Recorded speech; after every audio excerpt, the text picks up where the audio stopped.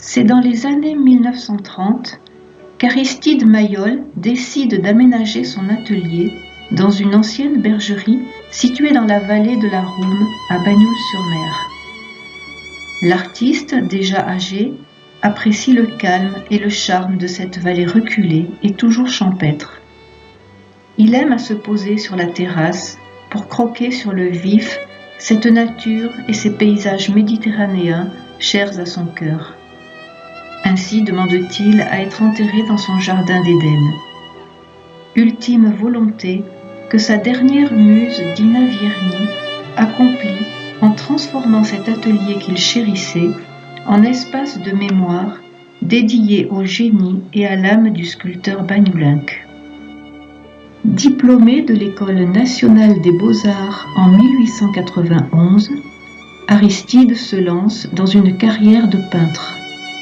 Après 10 années de pratique, il décide de s'essayer à la sculpture. Le succès que rencontrent ses œuvres est immédiat.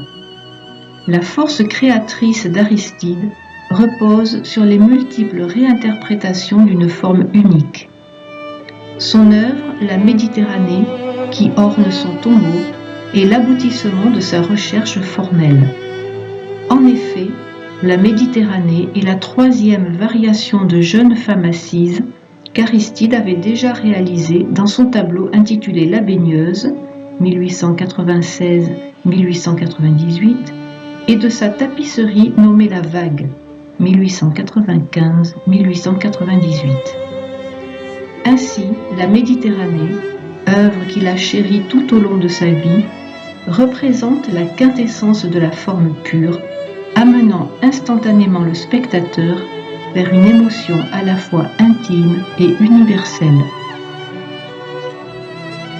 La Méditerranée est une œuvre contemplative qui est construite sur un emboîtement de triangles, la forme même de la stabilité. Ainsi s'interpénètrent, s'imbriquent et dialoguent divers triangles, depuis le plus grand d'entre eux, la forme générale de la statue, jusqu'au plus petit, formé par la jambe à demi repliée. Ainsi, la stabilité veille au repos éternel de l'artiste, au cœur de la tranquillité de son jardin.